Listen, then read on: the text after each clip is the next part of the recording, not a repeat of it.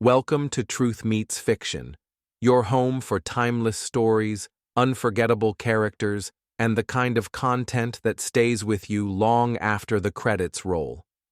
Whether it's fact, fiction, or somewhere in between, you'll find it here. Let's begin. Dick Barton, Special Agent.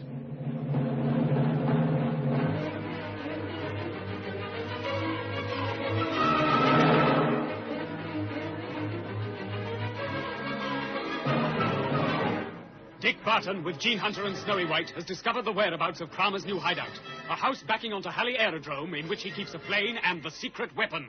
Leaving Snowy on lookout, Dick and Gene return to Colonel Gardner's office at MO13, there to plan the attack. Here he meets, for the first time, Jock Anderson, an ex-sergeant in the Highland Light Infantry who volunteers to help. The plans are almost laid when... For you, Dick. It's Snowy. For me? Hello? Captain Barton, sir. Quick. I think... What is it, Snowy? Hello, Snowy. Snowy! What the... What's the matter? He gave a sort of gasp, and the line went dead. Snowy White? Yes, I don't like the sound of that. What precise instructions did you give Snowy? We left him guarding the house, as I told you, watching any movements Kramer might make. Told him to ring up in the event of anything happening. Did he manage to say anything on the phone? No, he just said, Captain Barton, sir, quick. Then he gave a kind of choking gasp, and the line went dead. Where'd he phone from? That's the trouble, I expect. The only phone handy was a public call box nearly opposite the entrance to Kramer's house. You think he was spotted by one of Kramer's men? Looks like it. If they saw him and recognized him, you can bet they'd never let him phone. But if they've harmed old Snowy... Who is Snowy, sir? Captain Barton's right-hand man. Ex-sergeant like yourself, Jock, and a grand bloke to have around in a scrap. If Kramer's got him, that means he knows we're on his trail, Barton. Which makes everything very much more urgent. Yes, we'd better make a plan of attack. We've got a large-scale map of the district in the next room. I'll get Gene to bring it in. Jock, if you're game to come along with me to Kramer's place, just the two of us, that's the best bet. I'm game for anything, Mr. We've got Barton. about a 50-50 chance of getting out again alive. Pretty good odds these days. Count me in. Good man. Now then, here's the map. Spread it out, Gene. There's the house, marked quite clearly, backing right onto the airfield. If you could have your reinforcements ready along this road, sir, here. Yeah? They'd be quite away from the house and well covered by trees. In cars? Yes, they'd better be mobile. We might want them in a devil of a hurry. What sort of signal should we give? We'll take a very pistol. Jock, you can have it in the van. Right.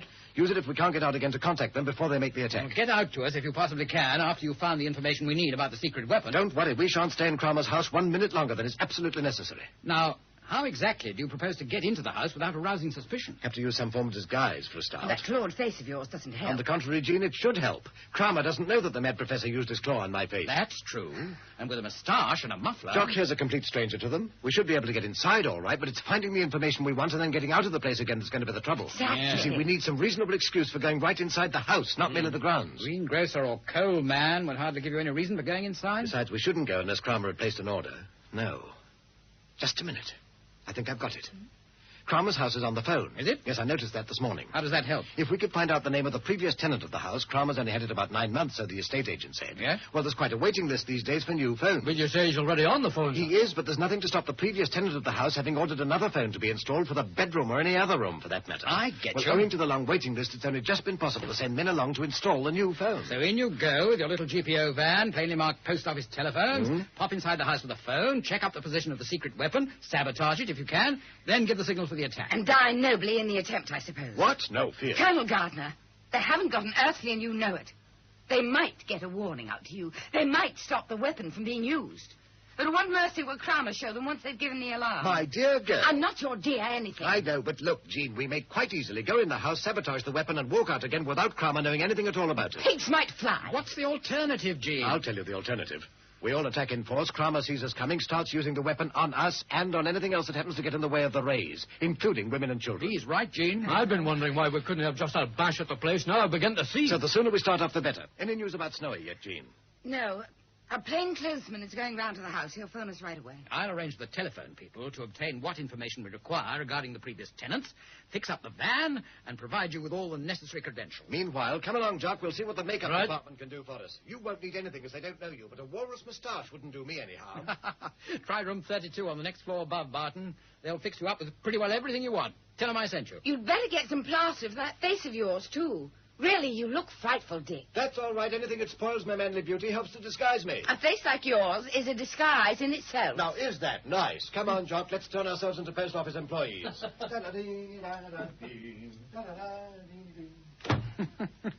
Always happy when there's a spot of trouble in the offing, isn't he? Do you think he'll come through all right? Well, if anybody could, I'd say he could. He's not short of guts, anyway. No. But crime will kill him this time, sir, if he's found out. Not like you, to look on the black side, Jean. I know, but... But what? Oh, I don't know. Very lucid. Come on. Let's get Barton fixed up with the GPO and lay on these reinforcements. Hello? Alley Police Station here. Is that Colonel Gardner's office? Yes? Well, I've got a message about a Mr. Snowy White. Oh. What did they say? Well, apparently he left the house he was in to use the telephone, and he hasn't returned. I see. Right. Thank you very much. Should I speak to the Colonel himself? Just a sec. You don't want to speak to Halley Police Station, do you, sir? No. Right. That's all, thank you. Right, very good, miss. Thank you. Thanks very much. Well, Snowy White left the house to use the phone. he said that to the people in the house, did he? Yes. He didn't come back.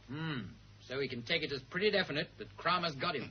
Which means that Kramer's likely to act at any moment. Then the sooner we act, the better. Well, Thurgood? Well? No use being impatient, Kramer. Blom isn't what you call a particularly apt pupil. Surely he knows by now just what to do. Heavens, it's simple enough. It's simple, yes, but so is Blom. Blom. You understand what the man says? There are 2 levers. Don't call them levers. He doesn't know what a lever is. You must admit that it isn't too easy. Look, Blom. First you switch that over, so. Then you pull that little piece of metal, so. You see? Then you press that switch. That one there. Be careful, Thurgood, for heaven's sake. That's all right. The ray doesn't come into operation until that third switch is pulled down. The generator begins with the second lever, but the ray only starts with the third. Well, don't press the third lever. No. But Blom will press the third lever, won't you, Blom?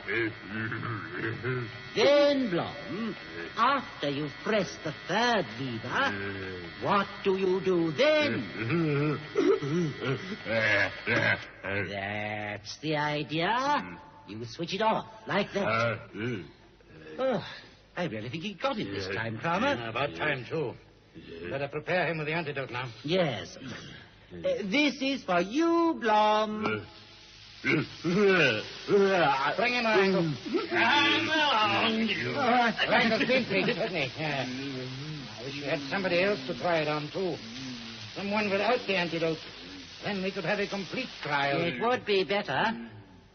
We could try it on Wrangle. First with the antidote. Then, if he was all right, we could try it on him without the antidote. You filthy swine, have you no decent feelings? No spark of humanity? Not very much at the moment, Wrangle. Come along, Blom. I assume we shall be quite safe, Thurgood. I shall fix the machine so that it can only be pointed in Wrangle's direction, but we shall keep out of the road. But don't you realize, you fools, that although you point the machine at me, the rays will penetrate my body and the walls of this house and everything else for miles, so that any human beings who happen to be in line with the rays will suffer? So long as Thurgood and I are not in the line of fire, so to speak, we don't worry very much. You'll roast in hell for this! Possibly. But you look like being there first by some considerable time, my dear Wrangle. Blom is ready now, Kramer. Good. Get out! I gave strict instructions I was not to be disturbed. Let go. Why? Hello. I thought I recognized him, sir. He was just going to use the phone. But of course you recognized him. Of course. Mr. White, isn't it?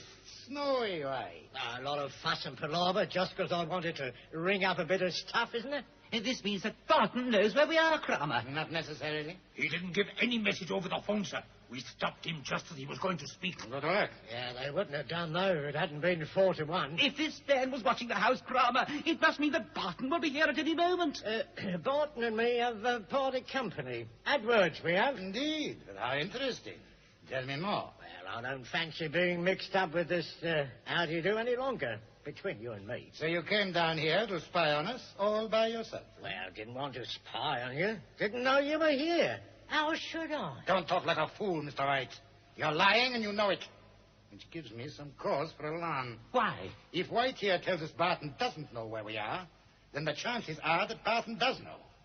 In fact, he's probably on his way with reinforcements. Then let's get away quickly. On the other hand, if Mr. White's phone message was interrupted, and in fact no message was given, then Barton may still be waiting for some vital information. In any case, Thurgood, the sooner we try out the weapon, the better. Yes. Well, Wrangle's ready, so is Blom. And now we have our friend here, Mr. White. How fortunate. He can be the other guinea pig. Tie him up over there, you two. Here. I'm just going to give you the honor of being the very first victim of our new secret weapon. You wouldn't. We most certainly would. Come, Thurgood. As soon as you're ready, we'll get out of this room. You all ready now, Barton? Yes, sir. Well, you both look the part anyway. You can drive, can't you, Jock? Drive anything, sir. Then we're all set. Got the van, got the telephone, got the correspondence. Nice touch, that, sir. Looks very convincing. Even got your moustache. Sure. Could you pour for me with a moustache, Jean? Not one like that. Definitely the wall was tight, isn't it? Yes, what, with that in a Cockney accent? How's this? Telephone company, sir, got a new telephone for you, sir. I'm a Parkinson. That right? That's grand. How about the reinforcements? They all ready? What time do you expect to arrive at the house? Oh, about 10:30, 11:15. I'll have 6 carloads ready and waiting at the place we agreed by that time. Good. Hop into the van, Jock. Okay. See you later, then. I sincerely hope so, Barton. And good luck. Thanks. Don't worry about me. But if there shouldn't be any signal from Jock here or from me by 11:15, well, it'll be up to you, sir. We'll see to that. Cheerio, Jock. Cheerio, sir. And thanks for giving me the opportunity of joining in the fun. Well, let's hope you'll still be saying that in an hour or two's time. Cheerio, Jean. See you later. Yes. Take care, Dick, won't you? Oh, don't worry about me. I'll be as careful as a hen with her first egg. When Kramer's out of the way, we'll have a party. We certainly will, and what a party. Bye, Jean. Good luck. Thanks. All the best, Jock. Sure, miss. Dash on then, Jock. Right. Kramer, here we come.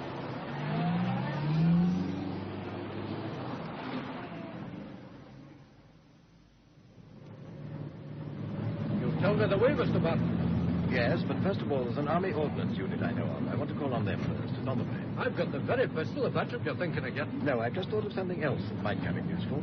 Won't take us a minute to get it.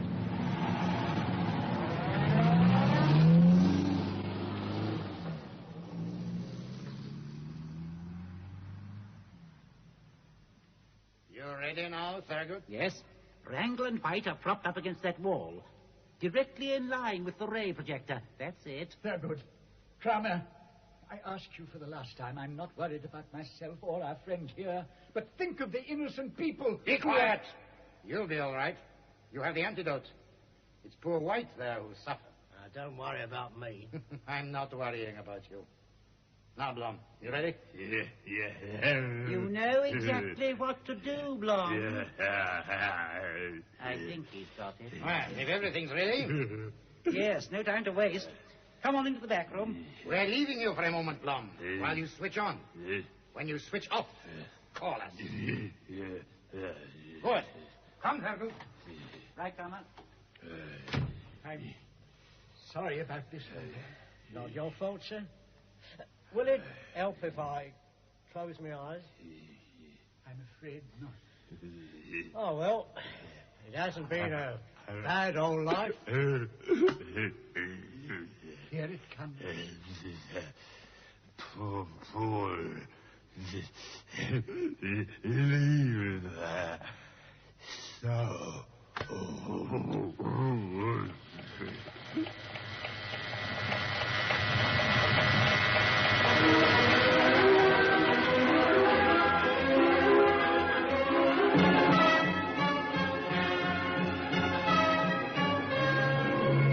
What will happen to Snowy?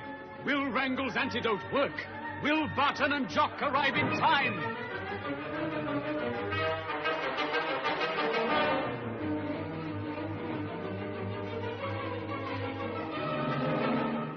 Listen to the next installment of Dick Barton, Special Agent.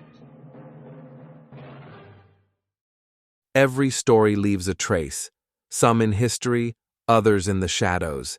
If this one made you think, question, or shiver just a little, you're in the right place. This is Truth Meets Fiction. Until next time, stay curious, stay sharp, and don't believe everything you're told.